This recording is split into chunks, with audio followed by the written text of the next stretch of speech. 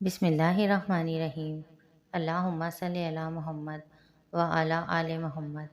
میرے channel Islamic حدیث میں آپ سب کو السلام علیکم۔ آج کی ویڈیو میں نبی کریم صلی اللہ علیہ وآلہ وسلم کی کچھ حدیث بیان کروں گی۔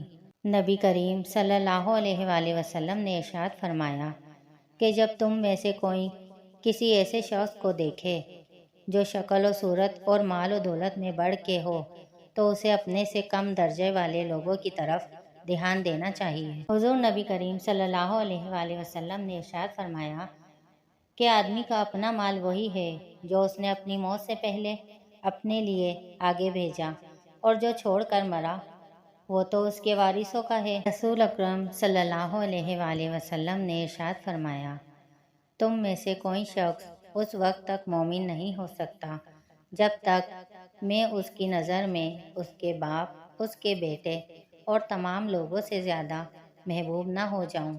ہمارے چینل پر روزانہ ویڈیو اپلوڈ ہوتی ہے۔ ویڈیو دیکھنے کے لیے چینل کو لائک کریں، سبسکرائب کریں اور نوٹیفیکیشن بیل کو آن کر دیں تاکہ آنے والی ویڈیوز آپ کو ملتی رہیں۔